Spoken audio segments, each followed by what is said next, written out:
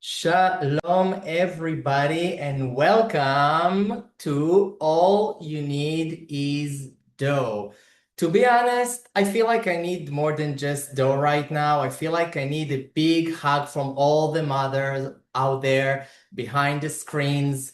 Happy Mother's Day, everybody. I want to dedicate this webinar to all the beautiful and wonderful mothers. You're doing a great job. If you just can drop a line and tell me where are you now watching this webinar, I would love that. If you are in the States or in Israel or maybe in Europe somewhere.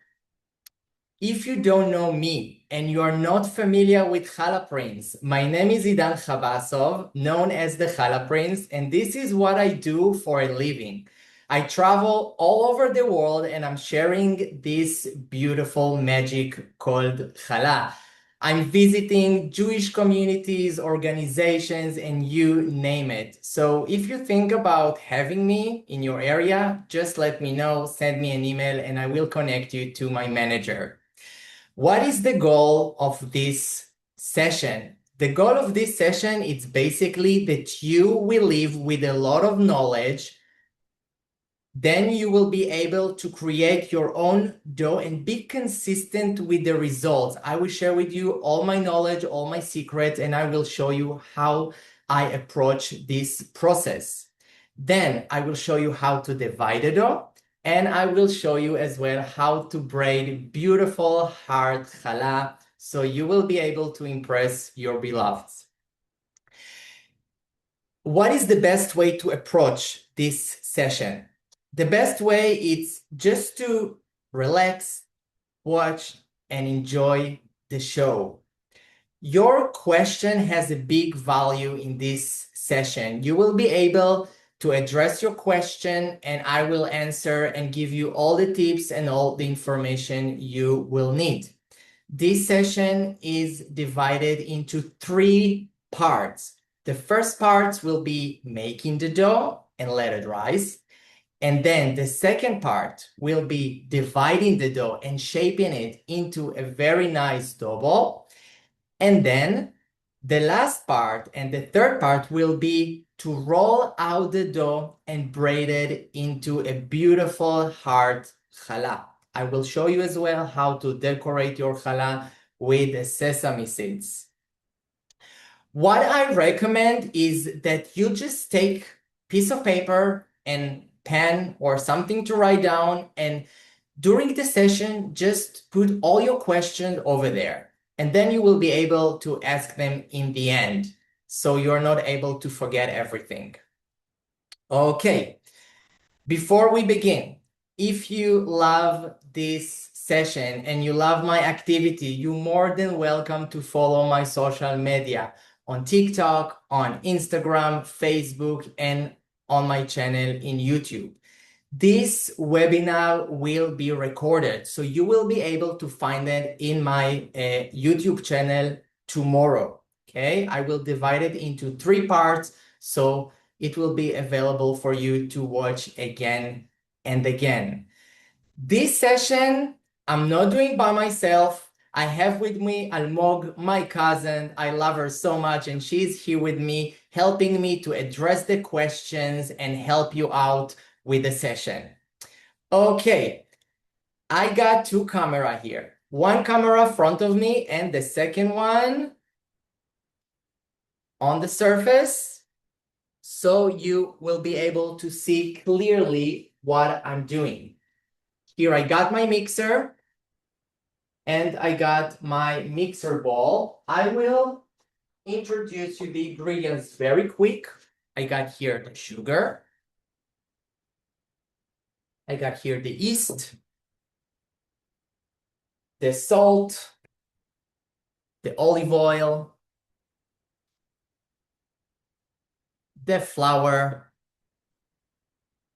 and here I also got cold water and warm water. Not that warm water, around 40 degrees Fahrenheit, 100 Celsius, just for activate the yeast, okay? Usually when I'm using instant dry yeast or dry active yeast, I don't need to activate the yeast before. However, for this session, I want to show you how to do it easily and wisely in such efficient way that you don't need to use containers or measure it with bowls. You just take the ingredients and put it direct in the bowl.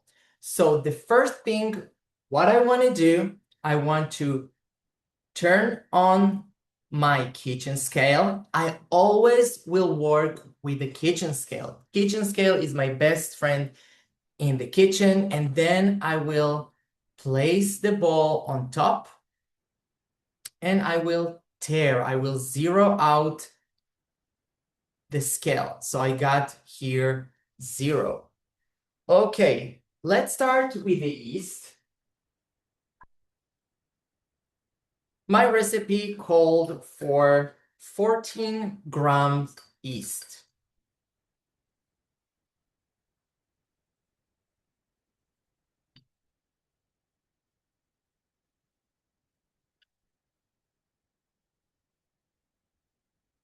And I will add now a little bit of sugar, but not before I'm going to zero that out again. I press stir and zero the scale, and I will do, let's say, 20.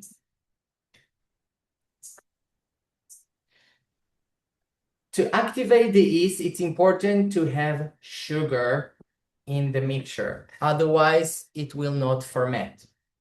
And then I will add 100 grams of hot water. Not hot, lukewarm water.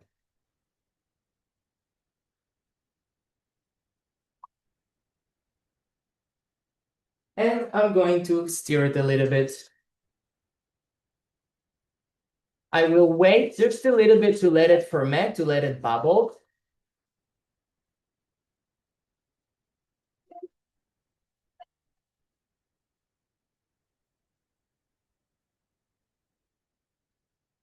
And I want to explain just something small about the yeast. Usually, as I said, you don't need to activate the yeast if you use instead of dry yeast. However, I did it right now just to show you how to make it in an easy way. And also, it's important for you to know if you have some yeast in the fridge or somewhere on the counter and you want to know if it works, you want to know if it's still fresh, this is also a great way to check that, okay? You just mix it with a little bit of sugar, with lukewarm water, you let it ferment, and if it's bubbly and you see it foamy, that's okay to use. Let's continue. So after I stir it a little bit, I can add the rest of the ingredients, which I can add the rest of the sugar. Before, I just add 20 grams of sugar. Now I want to add the rest of the amount. So there will be 80 grams because my recipe called for 100.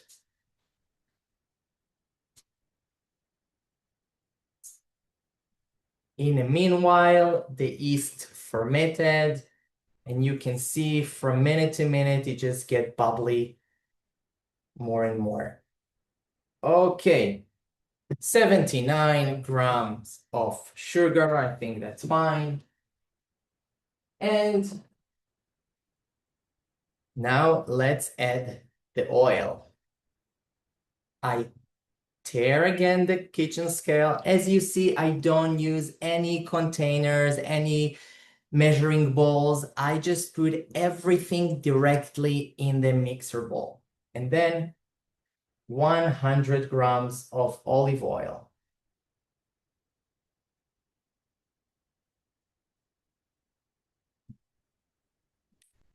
104, that's okay. And I can add the salt. Again, you want to zero that out and add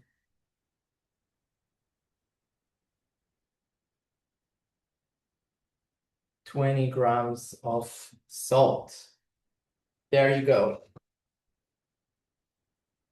As you see, the yeast already fermented. I know, and I can be sure it's going to rise beautifully. So I'm going to add the rest of the water. My recipe called for 430, 440, something like that. I already added 100. So now I just need to add 330.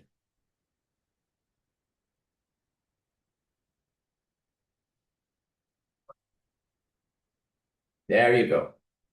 You know what? Let's do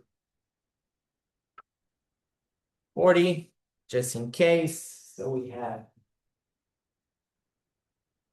a good dough here. And now I'm going to add the flour. 1 kilo flour.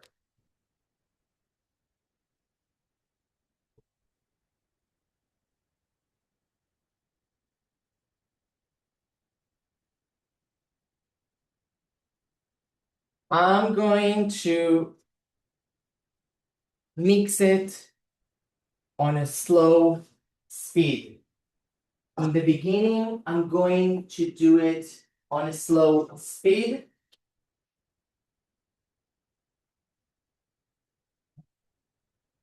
There we go.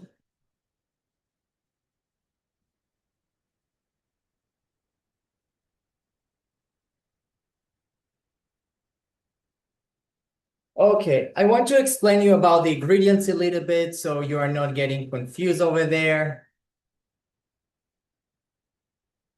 I love to use all-purpose flour and bread flour together. I like to do 50% and 50%, and I will tell you why. Sometimes when I use only bread flour, it just contains too much gluten, and I feel the dough it gets too resist and too hard to work with. When I add 50% of all-purpose flour, it gives me this elasticity and this flexibility actually that I'm searching for. It's easy to roll out. I don't need to let the dough to rest frequently. And you will see that later when we will come to the point of rolling out the dough. Olive oil. I know there is a lot of challah bakers that actually afraid using olive oil. Sometimes it can be too intense, I know, but trust me, you won't feel it. When you mix it with the rest of the ingredients, that gets such a great taste. Try that and text me later. I want to show you something about the dough right now. So for the very beginning, I want to mix it on a slow speed. I want to let the ingredient to incorporate it and become as one piece. I assume that after 2 minutes or 3 minutes, I will be able to actually speed it up a little bit.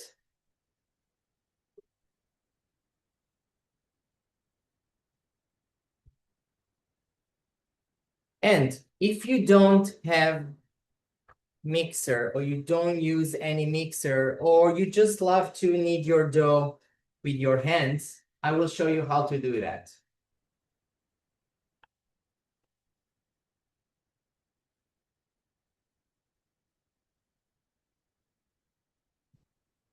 The best way is just to take the dough and start to stretch it and break it and fold.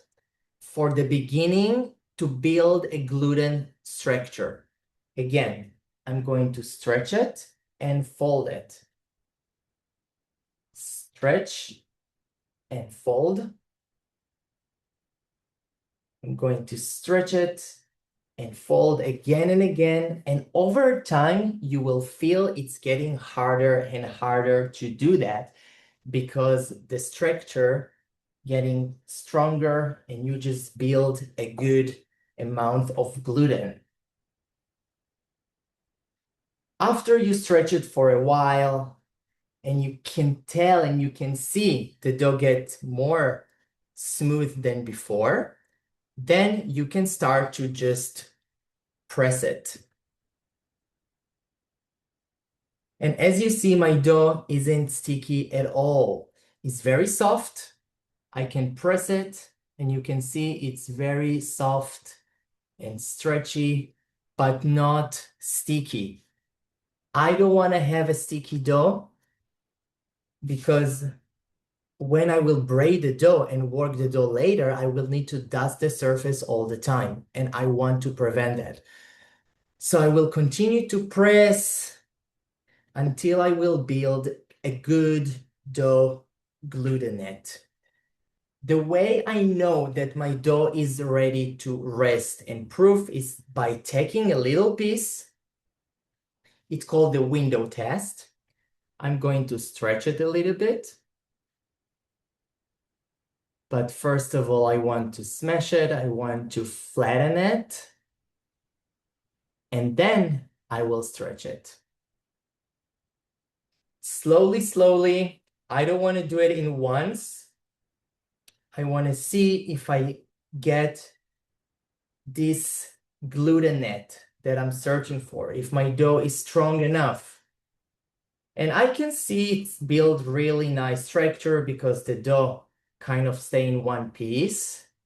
But here I got this hole, and I also can see here it's getting weak. This is not what I want. If my dough was already ready, so that was totally different. It was smooth, strong, and I could see the light through that actually. So what I want is just putting that dough back in a mixer.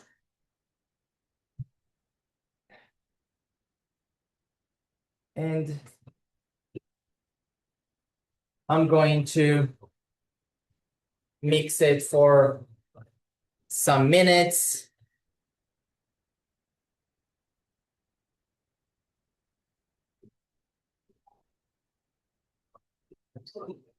Okay, this is basically how you make the dough.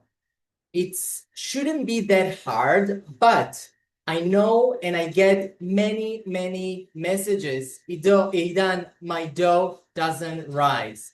Idan, my dough just stay flat. And that can be from actually some reasons. The first reason is your yeast just bad and doesn't work.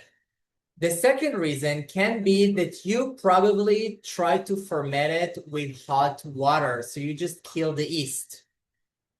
Okay, so please pay attention for that. And the best way, don't take any risk, just use instant dry yeast. Those yeast are the best. They are always work, they are strong enough, and you don't need more than that. I want to show you something.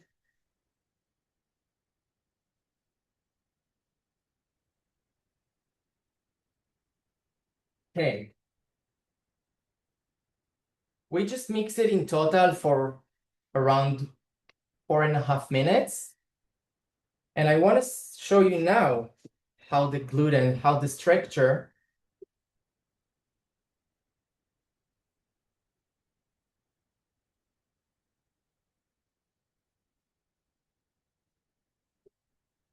still not smooth,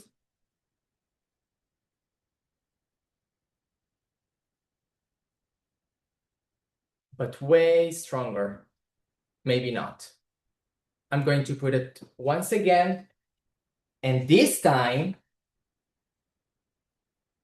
I'm going to speed it up.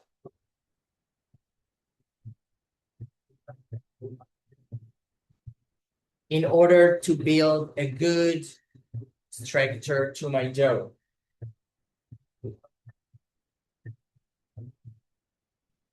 This is the way you are going to build your dough, by knead it fast and let the dough hit the edges of the bowl. This is exactly what we want.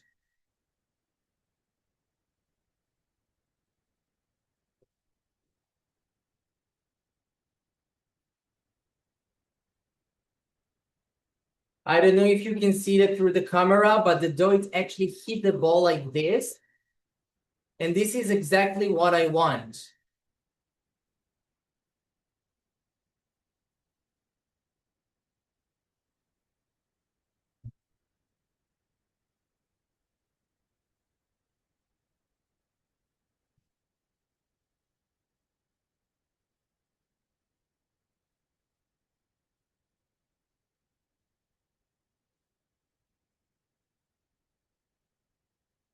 Can you hear it?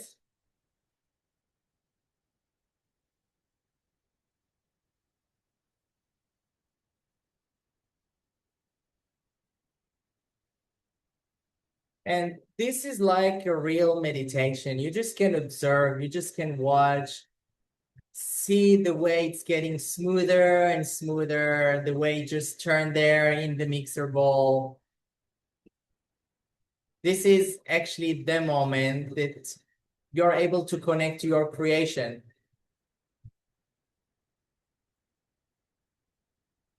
Okay, let's see what is going on there.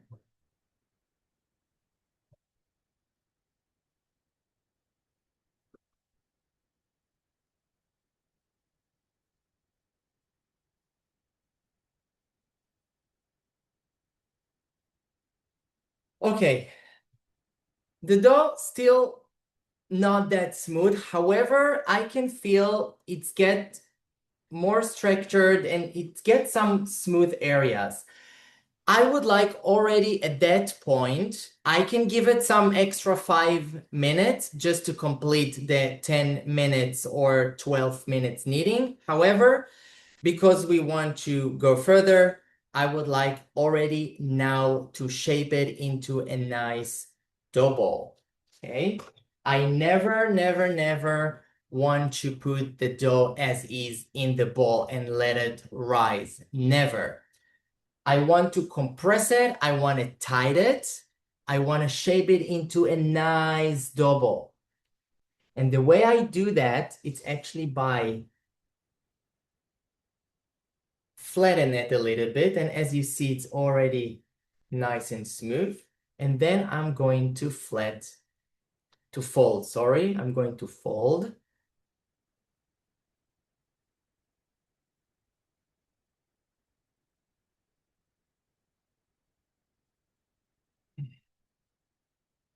And look how beautiful. I will continue to do it in order to get it even more perfect. Okay, I will fold, I will flip it, I will fold it, and I want to bring the whole dough to the middle. I want to compress it. I want to tight it. And I can do it with my hands, like tucking under everything. And what else you can do is actually taking with your hands and grab it like this. Can you see how it's stretched on the top? And then you flip it or turn it and you do the same. Stretch it. And again, you turn it and you just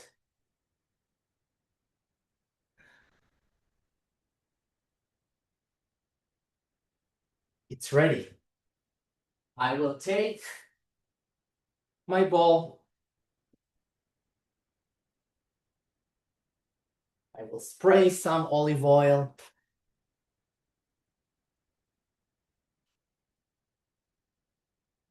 And I will do the same on the top.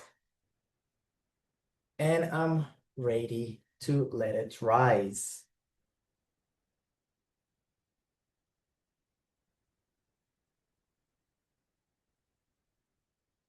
Okay. Now, something very important. I never don't want to cover it only with a kitchen towel. Never. I want to keep it with the plastic bag. I want to cover it with a plastic bag.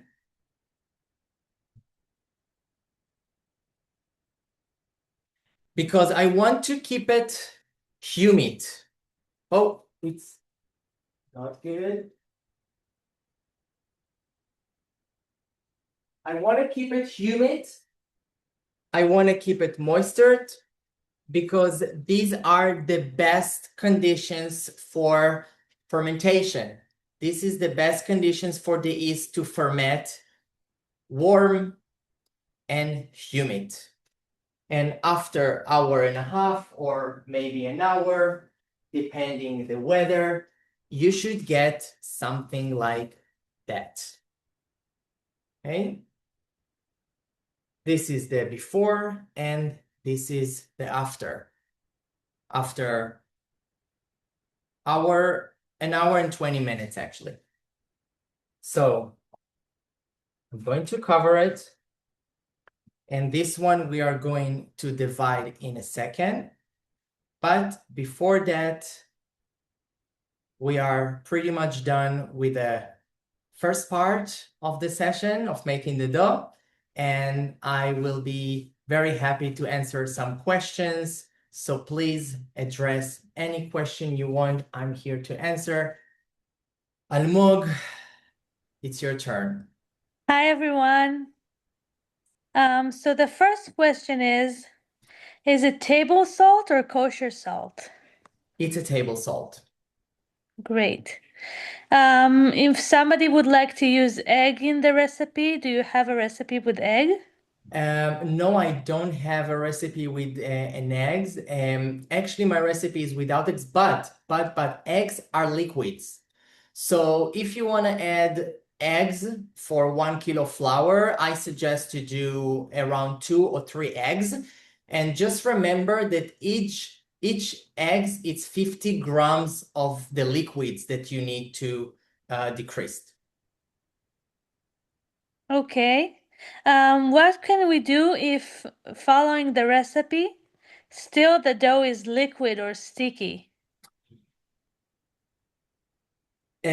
It's really depending in which point the dough is sticky, in the end of the kneading. If the dough is sticky, that means that you use too much liquids.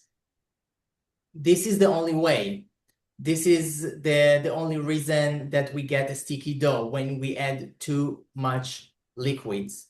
So I suggest to work with the kitchen scale. This is the most precise way to know exactly how much liquids and ingredients I put in the bowl. If you still, by the way, if you still do what I just said and you still feel your dough sticky, let me know, and we will try to figure it out. Okay. Can we double the recipe for more servings? Yes, absolutely. If your mixer can take more than 1 kilo flour, so you can definitely double the recipe or triple the recipe. Actually, since the AI, I just like to put my recipe on the chat and ask from the chat to convert for me the recipe. Okay. Is it cold water from the fridge? It's a cold water from the fridge, yes. I even use ice cubes sometimes. Because we also need to remember that the machine, the mixer, tend to warm up the dough. And we don't want to end up the dough more than 80 Fahrenheit degrees, which is around 27 Celsius.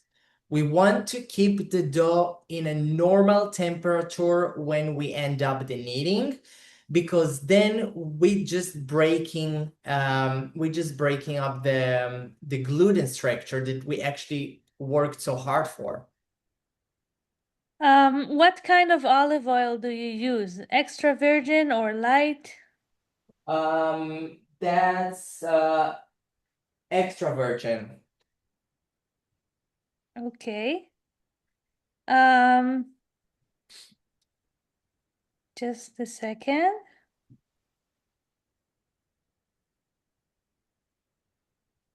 Can you please repeat about the water temperature? The hot water. Yes, of course. So when I'm going to activate my yeast, I want to use up to 40 Celsius and 100 Fahrenheit. I don't want to use higher than that because then I will kill my yeast. Okay. Then after my yeast fermented, I'm adding the rest of the ingredients and the cold water, which can be with ice cubes or cold water from the fridge. Can you use other oils, like avocado oil? In person, I'm not a big fan of the taste of avocado oil, but you definitely can use different kind of oils. The dough loves fat. If you give the dough fat, he will like that. He will get just softer and fluffier. So basically, any kind of oil will do the work. If you use fast yeast, do you still mix it with sugar and water before adding full flour and No, water? no. If I'm using instead dry yeast, which is rapid rise yeast, for example, you don't really need to ferment it. You don't really need to do all the warm water. You just can add it directly to the mixture. No problem at all. While it's mixed, it just will start to ferment. Okay. Can you do half of the recipe?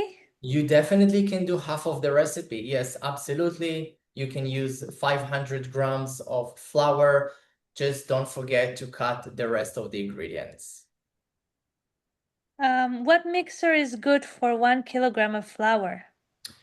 So 1 kilogram of flour, most of the mixers out there will do the work. KitchenAids are pretty good, but not the small one. You have the small version and the big ones. So the big ones is definitely good for 1 kilo flour. And the small ones, I think it's for the half, for 500 grams. I know Bosch as well has some good mixers. To be honest, I'm not that familiar with the mixers out of Israel. When in the process can you add raisins? Okay, that's a good question. Usually I answer that question in the end, but it's absolutely a dog question. If I want to add any kind of extras, chocolate chips, raisins, nuts, anything I just want to add to my challah, I will do that in the last minute of the kneading. And why that? Because, first of all, if I will add it from the very beginning, all those extras will just smash and get together with the dough, and I don't want that. The second reason is if I will add it from the beginning, I just will interrupt the gluten net to be created to actually get structured. So this is why I actually want to add it only in the end and better with a mixer.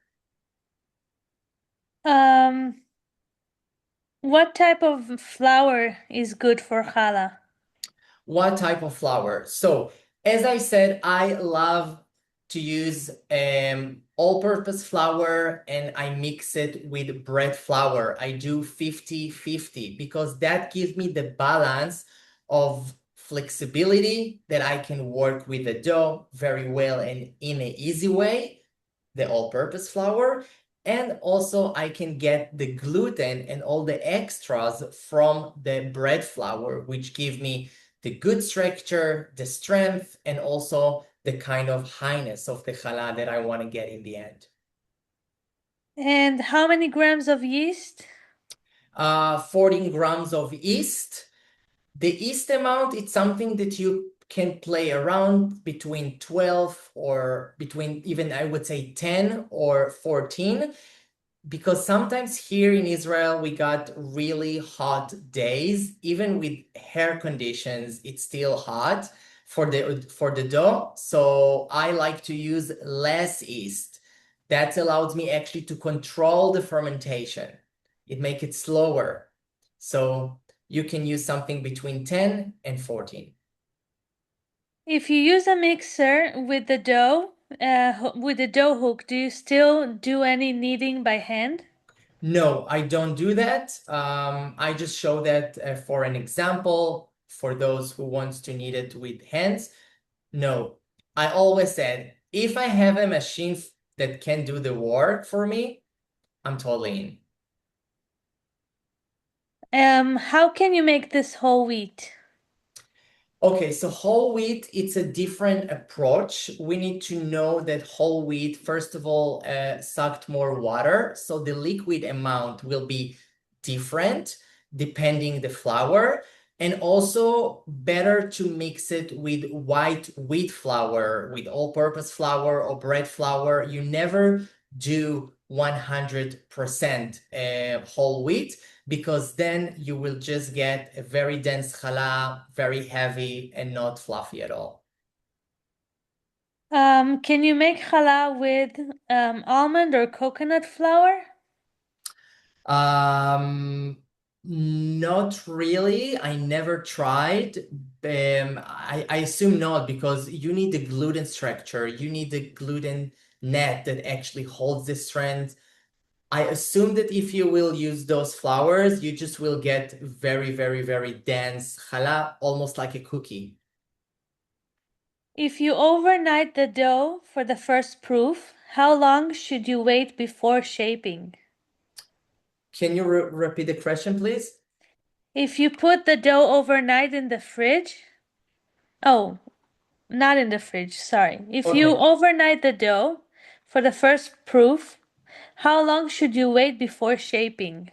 Okay, so overnight we usually do in the Oh, fridge. yes, in the fridge, Yes, sorry. in the fridge. Yeah, yeah. So we usually do it in the fridge, the overnight. In person, I don't like this method. I just feel it's really has a not that good impact on my quality of the dough. So I don't do that. But if you do, you just need to, the sentence, you need to feel your dough. So I know this might sound like a cliche and a little bit annoying, but you really need to feel the dough. You really need to observe your dough to see if it's overproofed, if it needs a little bit more time to rise. One thing you can be sure about, if you smell your dough and it smells like alcohol, very sour, very strong smell, that means that your dough is overproofed. What I do in those cases, I just put it in the garbage because the taste isn't good. So this is one thing that you need to be sure about. The best method of overproofed overnight for proving overnight, it's mixing the dough, it's mixing the ingredients and right away put it in the fridge. The morning later, you just take it out and leave it on the counter for around 2 hours. If you're not using a mixer, should the water be warmer in the second part? No, you still need to use cold water. Maybe not as cold as I just use right now with ice cubes, but you definitely need to have it cold. And the reason is that once we use lukewarm water from the very beginning, so the dough just tend to get overproofed very quick. Okay, it's the structure of the dough and the gluten, the quality of it just got lost a little bit. So when it's cold, it's really helped it to keep it very, very structured and strong. We have one more question. If you prove for 1.5 hours in Israel, does that mean in the UK we should wait much longer because of the temperature? Yes, yes, definitely. When it's cold out there, the proofing time can take even 2.5 hours, maybe sometimes even 3 hours. What you can do, if your oven has proofing program, you definitely can put it in the bowl. You can cover it with a plastic bag and put it in the oven for 1 hour, 40 degrees Celsius and 100 Fahrenheit. Some ovens doesn't have those low temperatures. Most of them has. I think we have one last question. Please. Shall I freeze the dough before proofing or after? Or shall I make the challah and freeze it? So better making the challah and freeze it, definitely. This is what I do when I prepare chalot for Shabbat. I prepare them on Thursday and then I leave them for 24 hours in the fridge and take them out 4 hours, 5 hours before the dinner. Okay, I can see we have another question. Please. Is it better to quick warm proof or slow cooler proof? It's always better to do the slower method. If you hurry up and you are not good with the schedule, so you can do the fast one, but it's always better to go on a slow one. Okay, we're all done here. Okay, thank you very much, Almog. So hopefully you understand the process and you are able, or maybe you already got a nice and smooth dough as I got on the table. I'm going to show you once again. And what I want to do now, it's basically taking this dough and divide it into a beautiful and even pieces.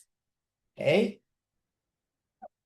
let's use the kitchen scale. As I told you, my best friend in the kitchen, but I'm just going to take down the mixer.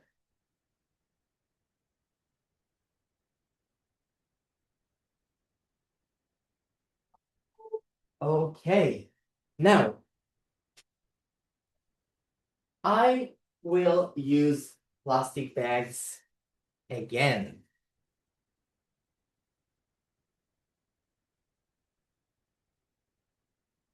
Okay. Cover it.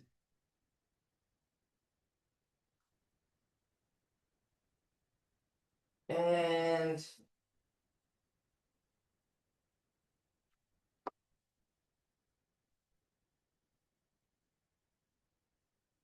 I want to divide it into 8 dough balls. 8 dough balls I want to braid later. 2 different chalot from 4 strands, so I will need 4 and 4. Okay. From the 1 kilo flour recipe, I always will get 1,600 grams of dough. Okay? Remember that magic number. Write it down. According to my recipe, you will get 1,600 grams of dough. If you will divide the 1,600 into 8 dough balls, you will get 200 grams.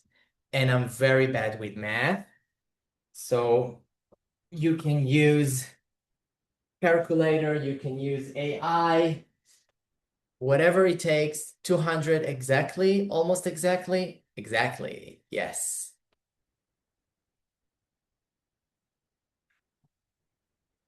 Almost exactly. And I'm just going to place those pieces here. And I want to make sure it will be covered as well. No compromise. I always want to cover my dough. Once your dough will get dry, you are in a big trouble, believe me.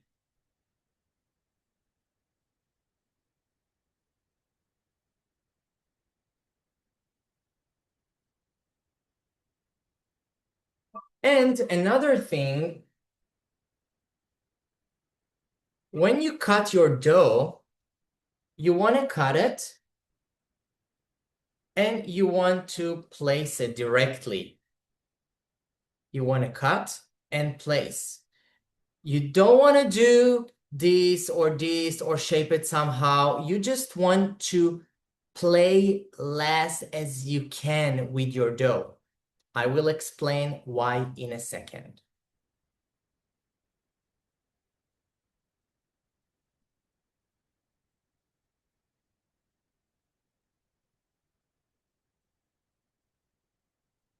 If I got like 206 or 205, that's absolutely fine.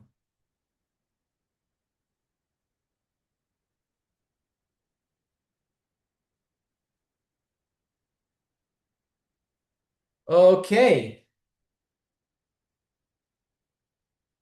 Now,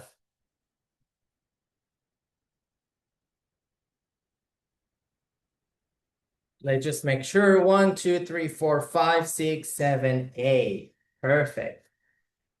Now, if I will take one of the pieces right now and roll it out into a strand, probably I won't get smooth and beautiful strand because from the very beginning, I have not that beautiful and smooth piece, okay? So what I would like to do with all those pieces is actually shape it into a beautiful round double, okay? And the way I do that, it's exactly the way I do that as I did with a big batch of the dough in the beginning when I finished to knead it. I take in the piece, I'm flatten it, and I fold it.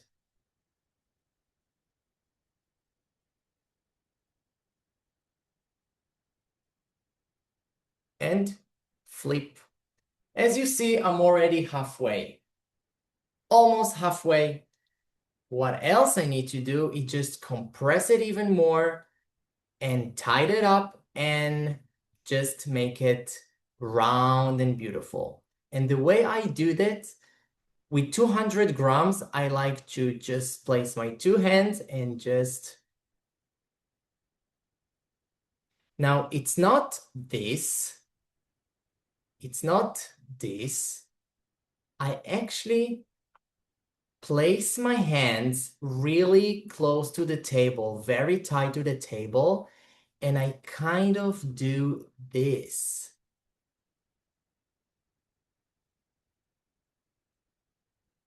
It's like I do this and grab it to the side and actually tied it up. I want to show you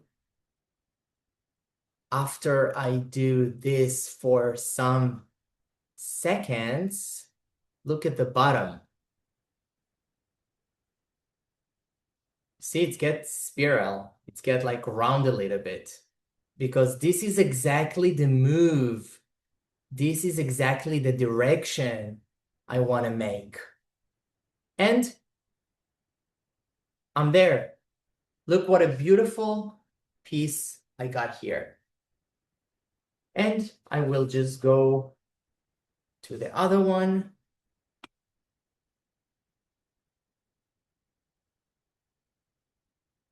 And fold,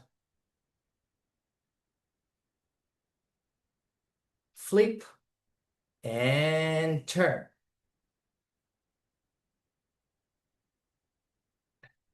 I don't need more than that at that point. That's it. You will always get the smooth side and the bottom won't be that smooth. You can tighten it a little bit, you can tuck it and stick it together. However, it doesn't matter right now.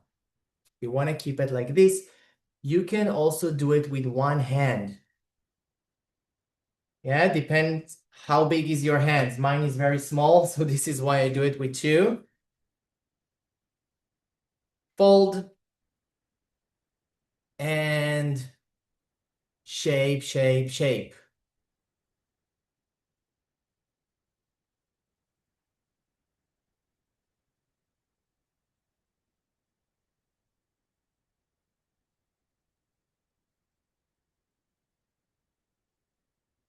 fold.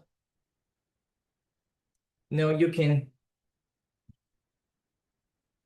can fold all of them.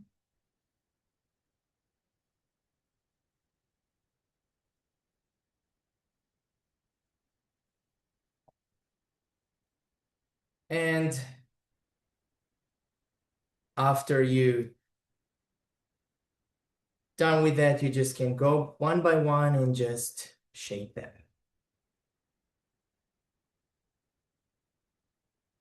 Yeah, again, it's like you want to push them. And I don't know if you see it through the camera, but it's really stretched on the top. And when I do from that angle, it's kind of stretched on the top. It requires some practice. I know when I do that, it looks easy, but it took me a while to understand that.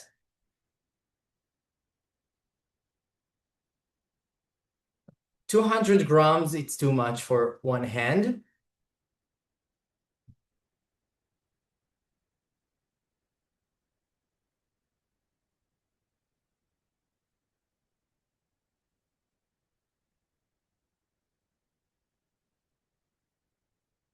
Okay. 1, 2, 3, and 4. 1, 2, 3, and 4. Now, I want to show you something. If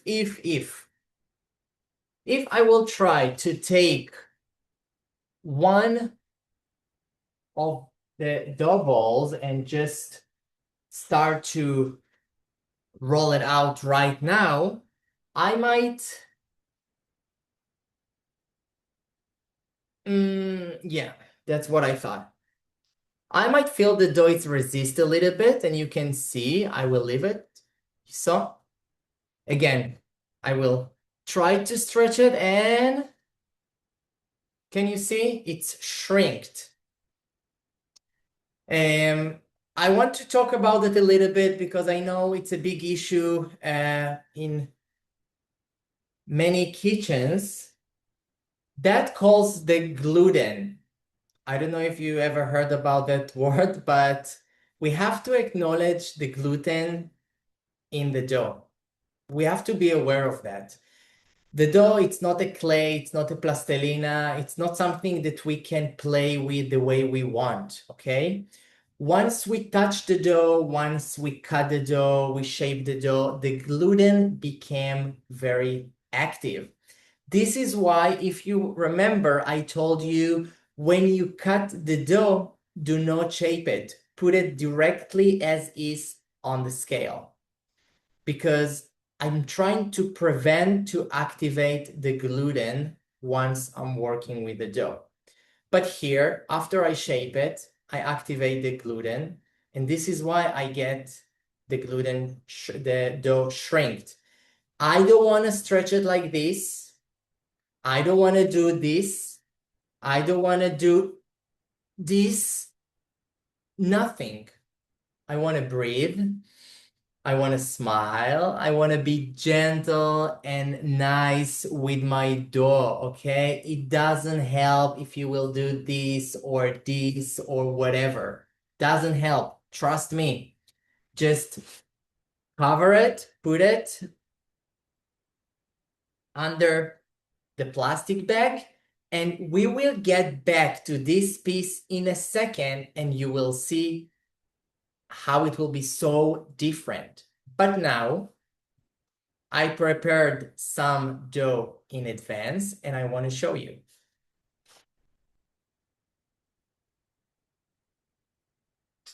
Okay, so these pieces, I would say, got too big already, okay? But it's because we are here for 1 hour already. But just for the example, just see when I come to roll it out right now,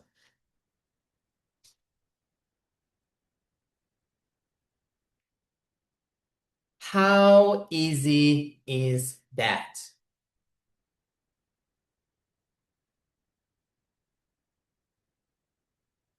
Can you imagine how easy it was?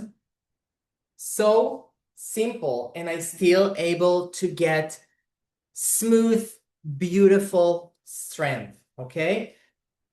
Those pieces, we're gonna let it rest a little bit.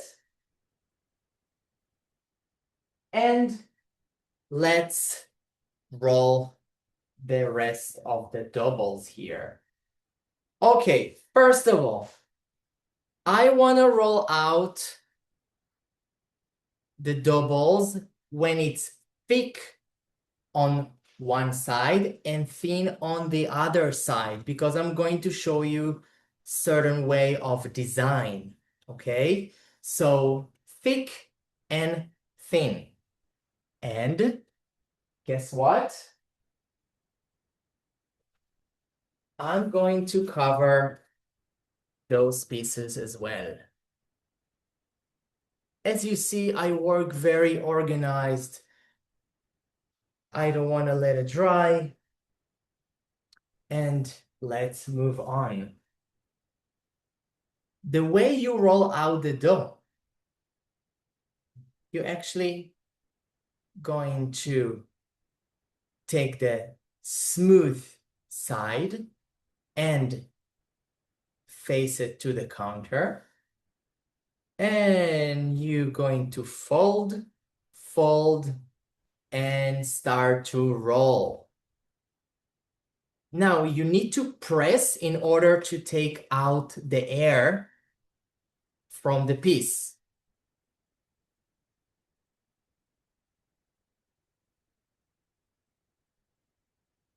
Now the length should be around, I will tell you in a second.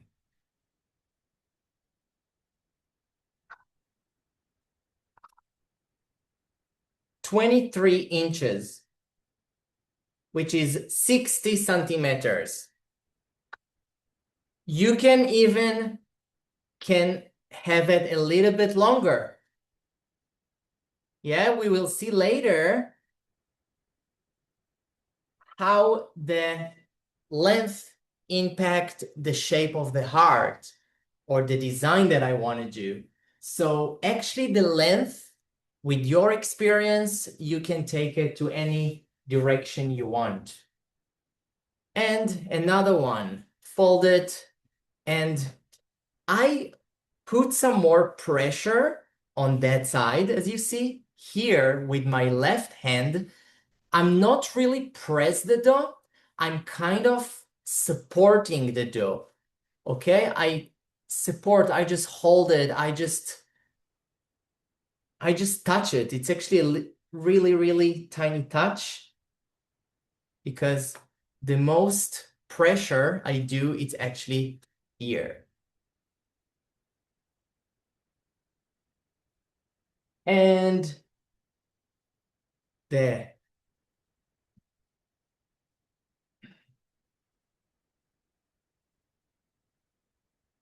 I actually smash it and I release the air. The idea is actually to get a very tight strand without air inside.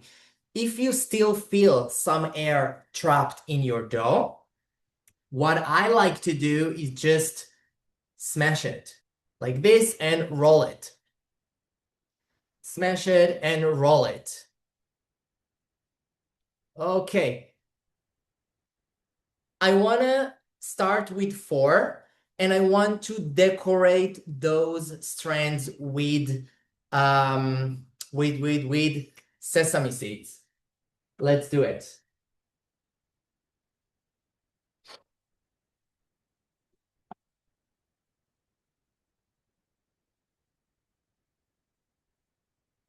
So here I got my sesame seeds, and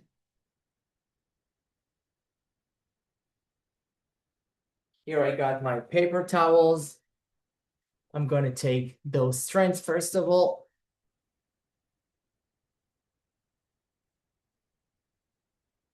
Okay. I'm going to pour some water on the top.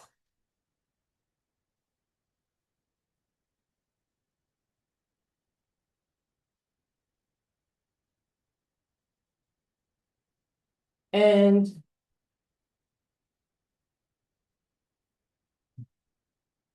1,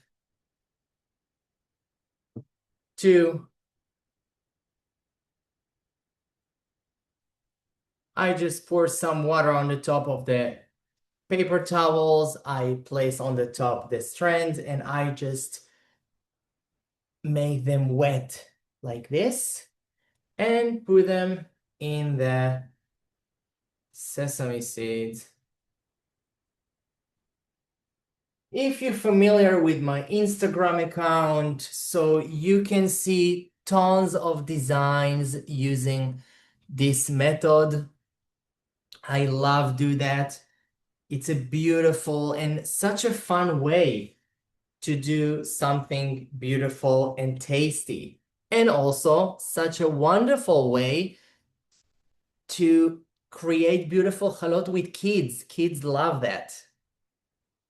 It's a little bit mess. You really need to love sesame seeds because yes, it's a mess in the kitchen, but it's worth it. Okay. As you see, kind of mix them together. I will just take this up.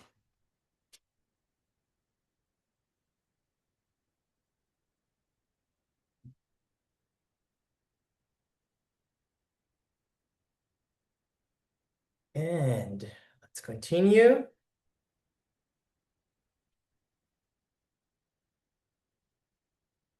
You can do it also with poppy seeds.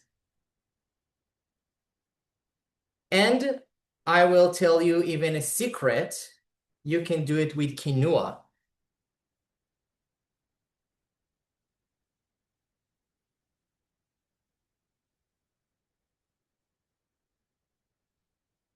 Okay.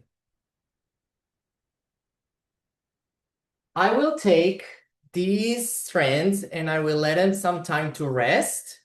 Okay. And before I will continue with the other 4 strands, I want to show you what is going on with the piece that we tried to roll out before.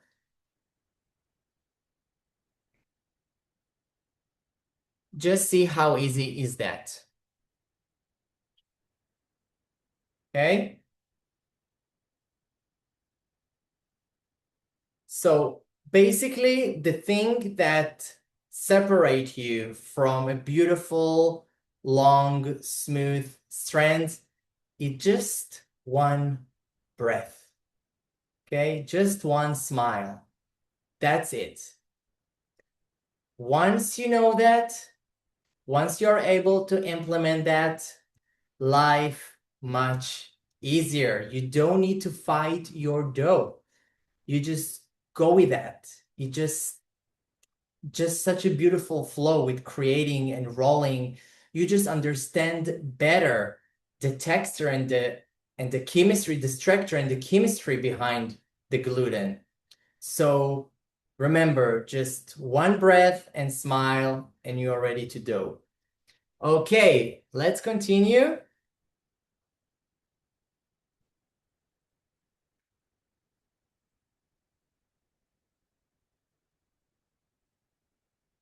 I'm going to fold and roll.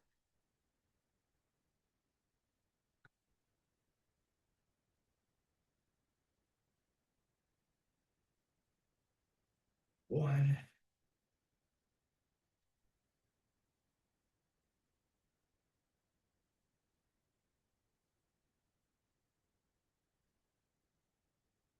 2, and as you see, just take the piece, flip it, fold, and you are ready to roll.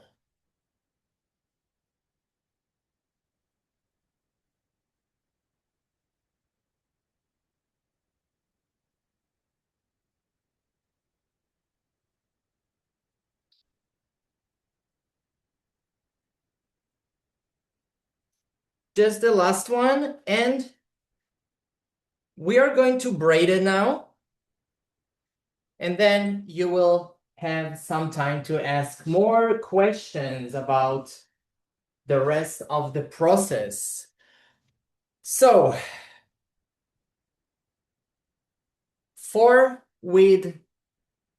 let's do it like this, 4 plain and 4 with sesame seeds. I want to show you what happened with the sesame seeds strands. It got shorter. And this is something that also we need to be aware of, because not only when I'm playing with my dough or cut it or do something with the dough, the gluten become active. Also, when I'm actually put the dough in the water. When my dough touched the water, the gluten became very strong and very active again. Look the different. Okay, because I'm holding it, it's not, you cannot really see that, but I want to show you on the counter.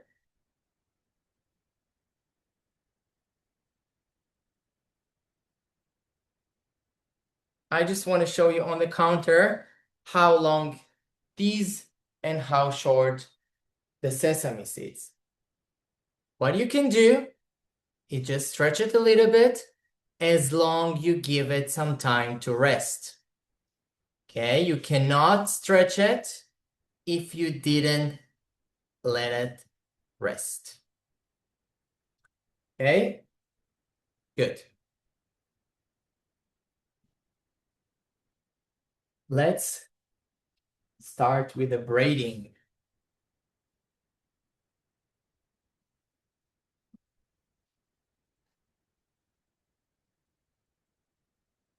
Okay, before I'm going to start, I want to ask you if you know already how to braid challah with 4 strands, the classic basic way to braid challah. Please drop on the chat. Yes, no, yes, no, yes, no. Good, yes, yes, amazing. So, if you know, so that's a great opportunity for you actually to elevate the 4 strands. And if you don't know, this is a great opportunity for you to just go with me step by step, and I'm going to show you how to make it. The first challah will be 2 strands plain on this from the sides and 2 with sesame seeds on in the middle.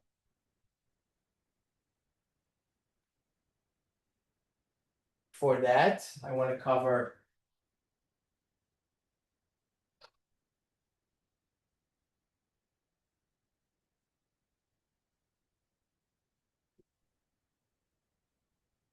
no, this. I want to cover this. Okay, now I'm going to actually pinch those strands on the top here, and I want to separate 3 from the left and 1, 3 from the right, sorry, from the right, and 1 from the left. Okay.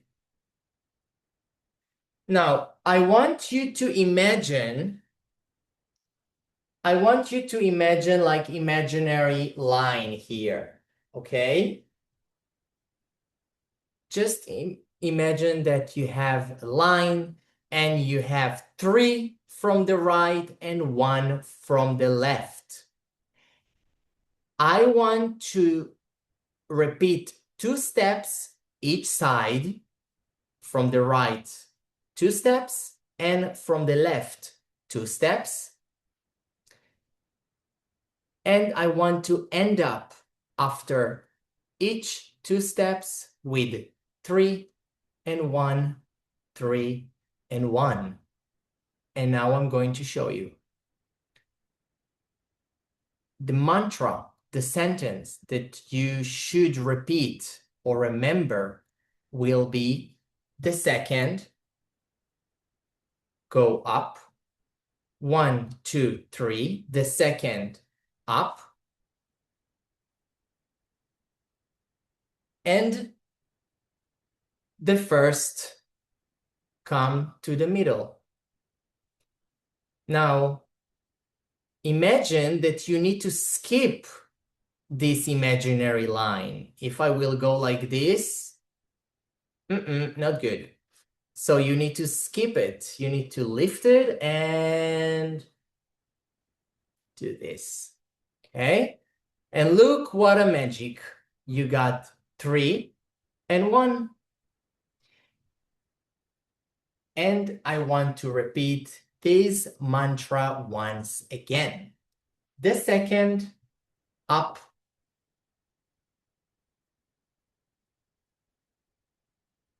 The first, to the middle.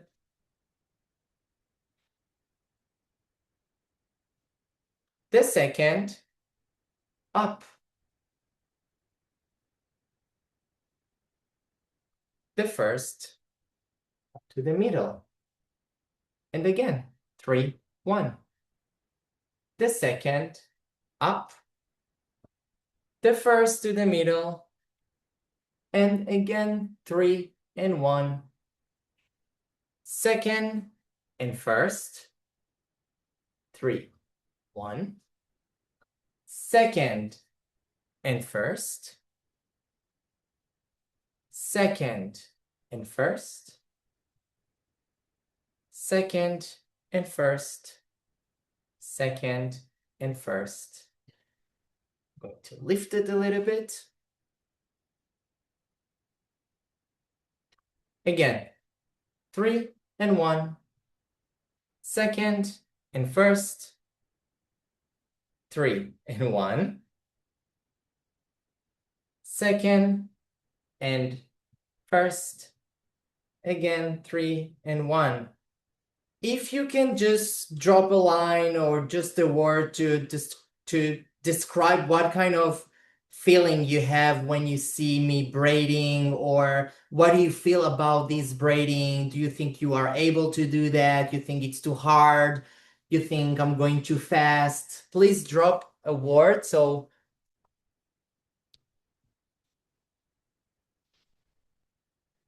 great, I'm so happy.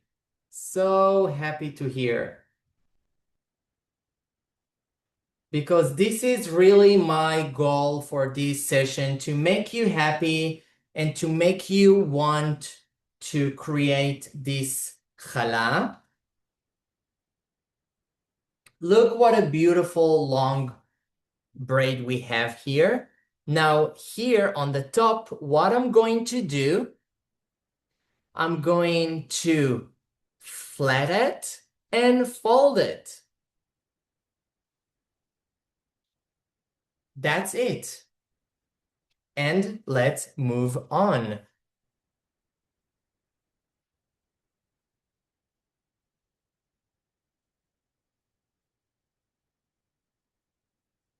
Let's move on. Okay, now 2 with sesame seeds, 2 plain.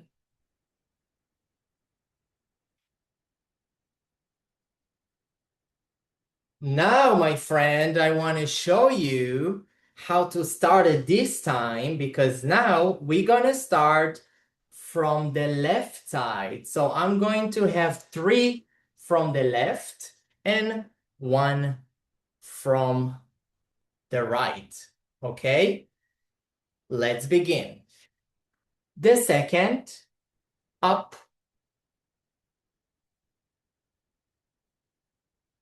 And the first come to the middle. 3 and 1. second, 1, 2, 3, and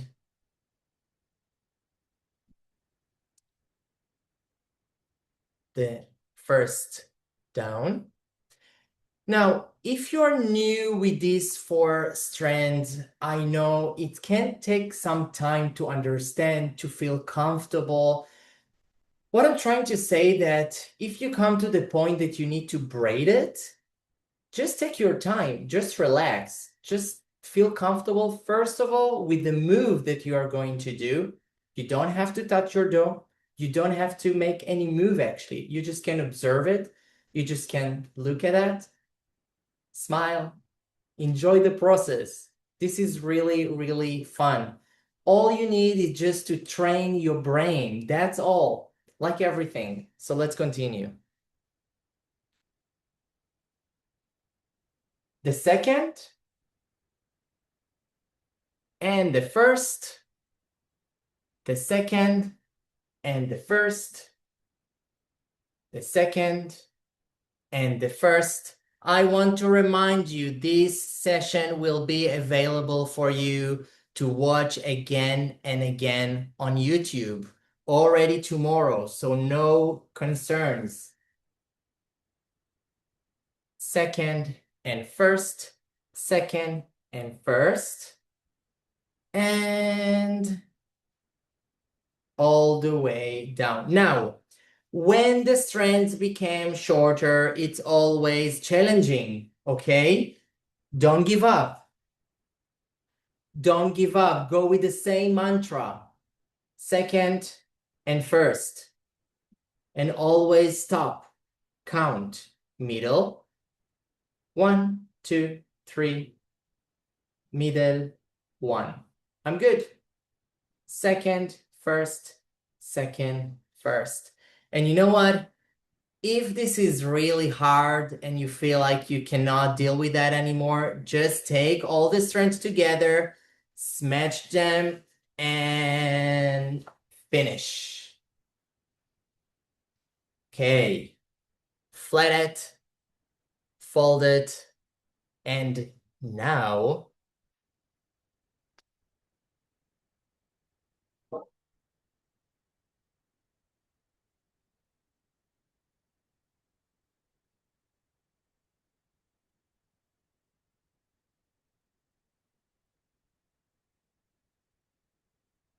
it's always good to sprinkle some sesame seed, or you can even do flour, but better sesame seeds, because it's easier to just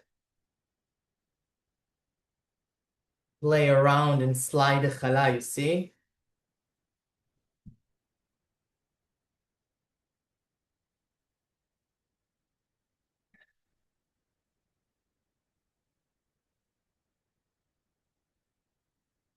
Now here, I just found it a little, maybe too long, so you can cut it.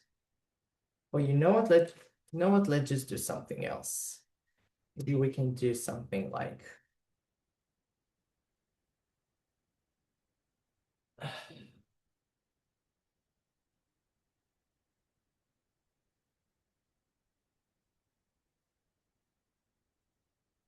okay. I think we are pretty much ready to let it rise for the second rise. So what do you think?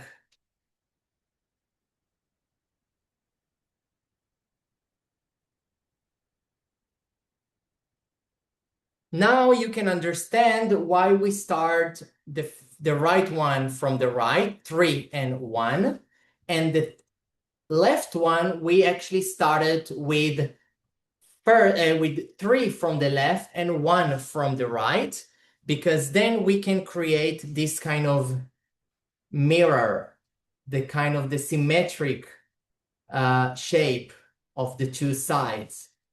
Okay. Again, it's all about practice. Guys, this one I want to cover as well.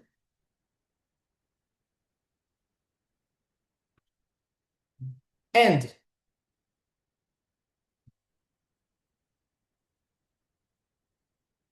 Before, I'm going to show you the baked version. Yes, I have the baked version here. I want to switch the camera and allow for more question to comes.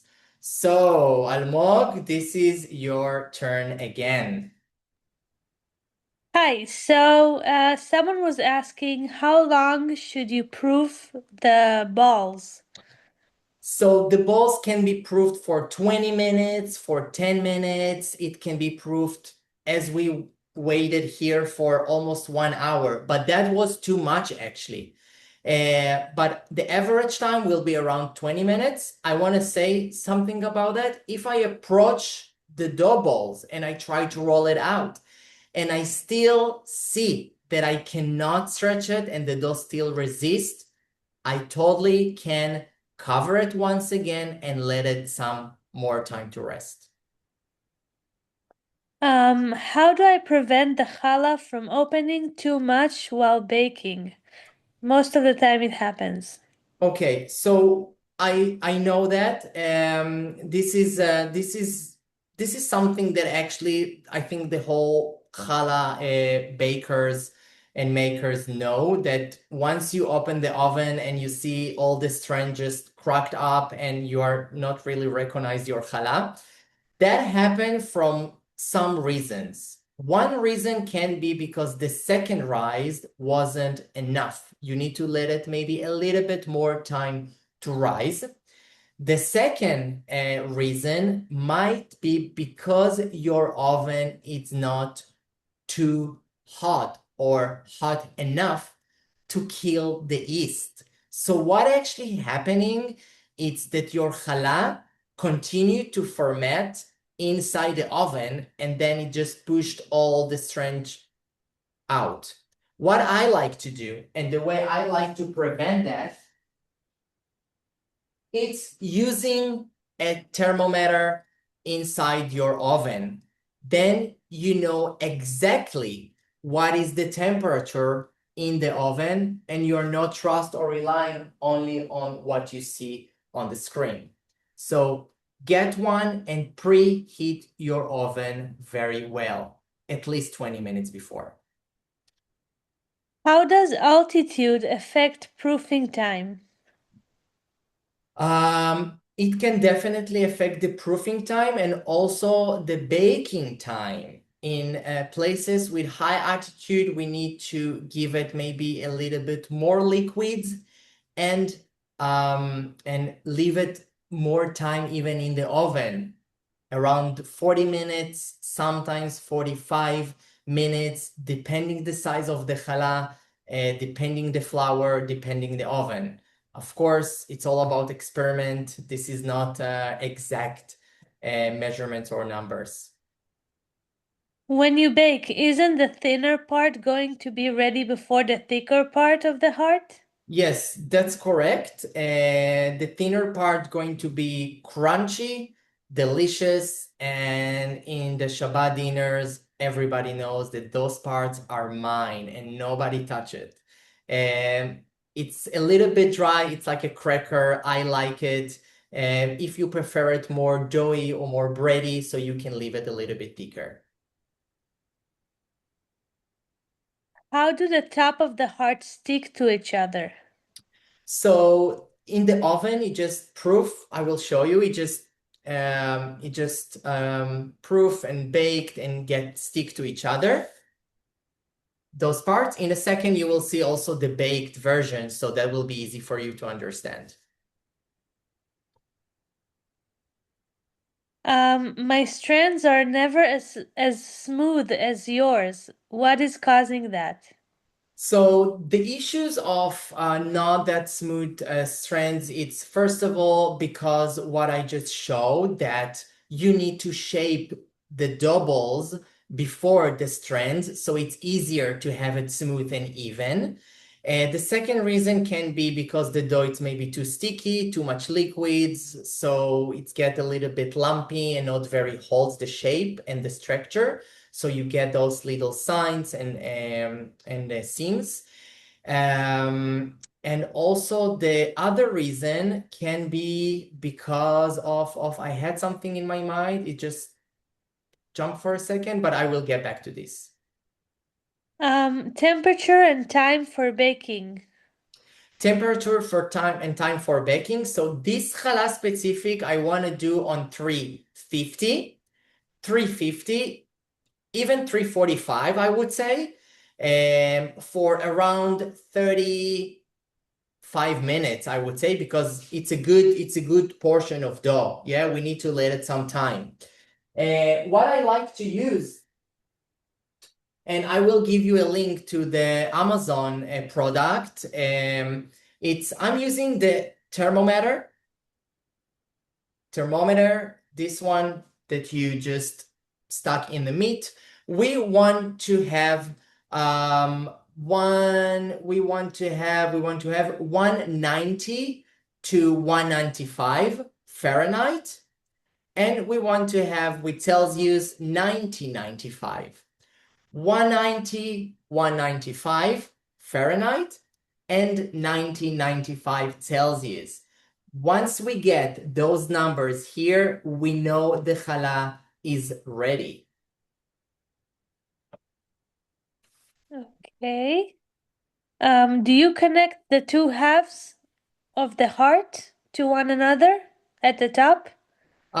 You don't really need to connect them. I just place them next to each other like this. And I know in the oven, once it's proving and baking, it's just growing and they will stick to each other. Someone is asking what is the temperature for baking in Celsius? In Celsius, that would be 170. Okay. And in the link that I sent you for the Zoom, you are able to download my recipe. Please check the link. My recipe is there. You will see all the information over there. You can continue with the questions. I'm taking out the a lot. Sorry. If I'm baking in a countertop convection oven like the Breville, what temperature do I use since it's smaller? If it's convection, you anyway need to reduce a little bit the temperature because convection make it stronger and the heat stronger, and the best will be not to bake it in convection. But if you don't have a non-convection, so maybe reduce a little bit the temperature. I cannot tell the exact number. Each oven, it's like a personality. You really need to know your oven in order to learn it and bake good products. If you're making multiple challahs at a time, how to deal with having more time lapse as you get to each loaf? That's a good question. Since we are not a bakery and also myself have my only oven here, you just need to you just need to plan that properly and correctly, and maybe go step by step, maybe work in stations, and just find kind of a system that helps you to have a good process. What I do usually, it's I make, if I'm working on two batches, for example, so I will do one batch, and after half an hour, I will do another batch, or maybe 45 minutes. And then I know that between each step that I just showed now, I have 45 minutes between the two batches. No egg wash? Definitely an egg wash, but what I want to show you, and if you brought up already that question, so I'm happy to direct my camera once again on the counter and just show something very nice and beautiful. Here I made two chalot with half the amount of what I just showed, okay? So This is half kilo and this is half kilo. Each strand was 100 gram. Here, as you see, I got the egg yolk. I used only egg yolk. And here, I want to brush it with olive oil. And I just want to show you what an amazing effect you just can get only with olive oil. And I'm curious what you think about that because this is stunning. And since I do that, my family just crazy about that. Someone is asking why not start at 375 and after turn down to 350 after 10 minutes. So this is something that you can absolutely do and play around with. There is many methods of bakings. Those methods of reducing and play with the temperature are more effective for sourdough because you want to get the crust on the top. With challah, it's not the case. However, I don't see any problem to do this. If it gives you the results you want and you're happy with, go with that. What stage is recommended to freeze before first proof, second proof, or after baking? After baking, absolutely. Um, if cooking 2 to 4 at once, is it okay to have one on each rack of the oven? No, no, we want to keep only one rack always. Um, does the olive oil make the bread soft and reduce the nice crunch of the crust? Yes, yes, that's correct. Yeah, it make it a little bit, especially over time when you keep it for in the beginning, it's still crunchy if you just take it out from the oven, but after I would say 30 minutes, it's yes, it's getting soft. After baking, what do you do with the challah? Do you cover it? After baking, I just put it in a plastic bag or I just cover it with, I wrap it with a saran wrap. Um, and yeah, oh, unless I just put it in the freezer to keep it for another day. Um, which rack of the oven should it be baked? So that's a good question because I usually bake it not in the middle. I bake it one under the middle, okay? Because the challah getting high a little bit and then it stays, it's like it's reached the middle, okay? So this is why I use one under. Um, how long can challah stay out for after baking? Or is it I good would for? I would say better to eat it in the first 24 hours. After that, you can make French toast, you can make toast, you can make bread pudding, all these kind of things, croutons. Um, home bread always lasts shorter than a bakery, which they use different kind of chemicals to keep it fresh. After baking, do you wait to cover it with a saran wrap for it to be cold or while it's warm? I'm waiting for it to be cold, definitely. Does adding eggs prolong how long it stays fresh? No, the egg wash it's absolutely just as a decoration. It might change a little bit the crust on the top, but it doesn't impact the shelf life. Um, how long can it be stored in the freezer? I would say I would say 1 week, 1 week, two Okay. weeks, maybe. Yeah. Um, just a second. How long do you proof the ready challah? Second proofing. The second proofing, the balls, it's like, oh, the second one. Again, it's depend. Okay, I won't miss it when my challah is ready to get into the oven. I won't miss it. The challah, first of all, double the size, okay, and it's really puffy.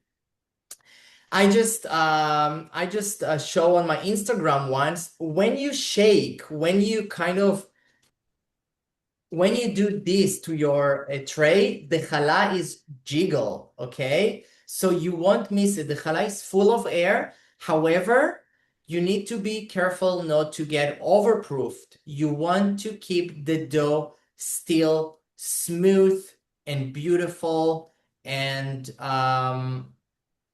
once you start to see little signs, like little seams on your dough, know that it might be too much already. Does convection help with putting in more trays at different levels? Um, I I know that some ovens, yes, but not something that I know from every oven. Okay. I don't see any more questions. Does anybody have another question that I didn't see?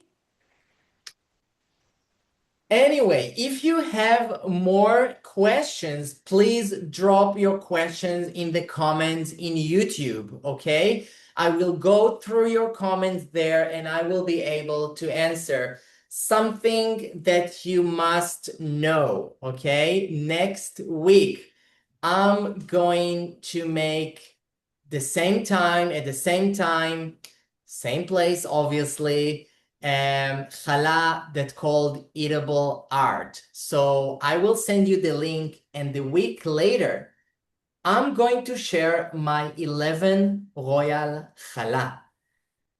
It will be in a separate Zoom. You also able to sign up. I also will send you the link. And once again, if you want to bring the Challah Prince experience to your community, out there in Europe or in the US, please reach out. I would love to do that and visit you. Till then, I send you lots of love.